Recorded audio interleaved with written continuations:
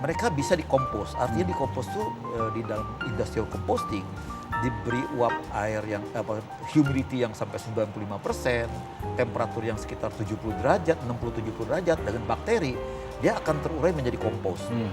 Barang kami tidak membutuhkan syarat-syarat seperti itu. Asal ada bakteri, hancur. Jadi lebih murah. Nah, barang mereka kalau dibuang di luaran begitu saja, itu tidak terurai begitu mudah. Jadi kalau tenggelam di laut, itu akan tenggelam di laut.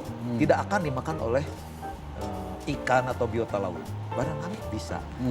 Begitupun dengan perbedaan seperti itu, harga mereka bisa 2 kali atau 3 kali lipat daripada harga yang barang kami. Ya, tapi mereka sudah lebih duluan dan mereka sudah menjual sekarang lebih dari total plastik yang ramah lingkungan itu sudah mendekati 1 juta ton seluruh dunia. Ya, yang kantong yang ramah lingkungan itu mungkin sudah mendekati 200.000 ton. Ya, kami di sini baru dijual hitungan kurang dari 10 ton, masih sangat-sangat jauh gitu. Tapi punya potensi untuk bisa mengambil pasaran. Karena dengan harga yang lebih murah, lebih ramah lingkungan.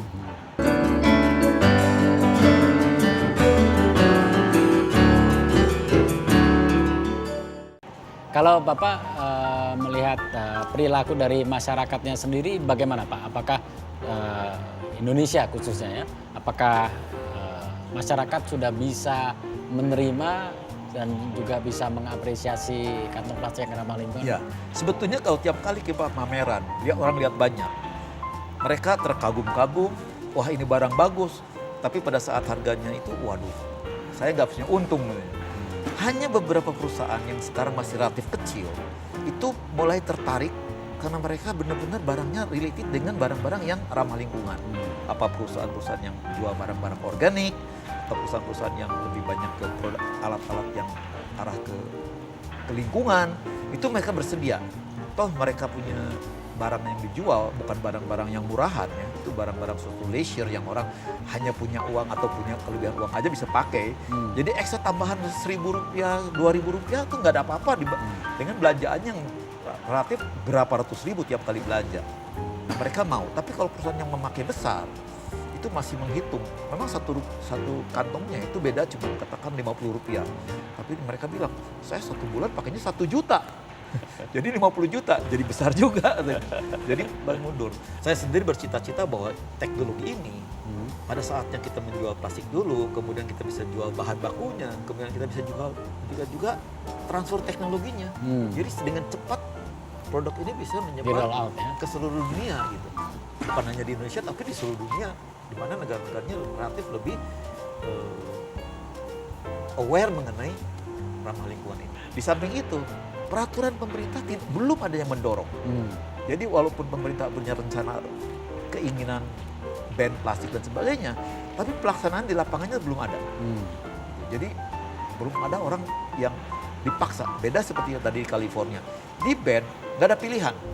Dan mereka di sana kalau melanggar hukum, mereka takut. Kalau di sini kan orang melanggar hukum ya masih biasa-biasa aja gitu. Apa harapan Pak Herman ke depan tentang kantong plastik yang ramah lingkungan ini Pak? Ya harapannya tentu pemerintah, masyarakat semua tuh bekerja sama bagaimana menyelamatkan bumi ini. Memang bumi kita cuma satu. Sejauh ini walaupun sudah mengeksplor kemana-mana yang seperti kita ini baru satu. Gitu. Kalau dirusak, kemana lagi anak cucu kita? Kalaupun di luar ketemukan bumi lain lagi, andai kata, bagaimana mentransfer orang ke sana? Jadi kita yang ada di sini tuh harus benar-benar dijaga, bukan hanya orang Indonesia, tapi seluruh dunia. Menjaga supaya kelangsungan. Kita tentu nggak hidup hanya untuk kita sendiri, tapi untuk anak cucu kita. Generasi berikutnya Pak ya? Ya, baik. Terima kasih Pak Herman atas waktunya Pak ya. Terima kasih. Mudah-mudahan teknologi kantong plastik ini bisa diadaptasi dengan lebih banyak orang lagi dan bumi ini paling tidak lebih terlindungi nih Pak.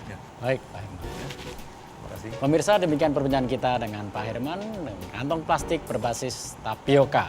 Semoga apa yang kita perbincangkan bisa membawa informasi yang bermanfaat bagi kita. Sampai jumpa. Terima kasih. Terima kasih.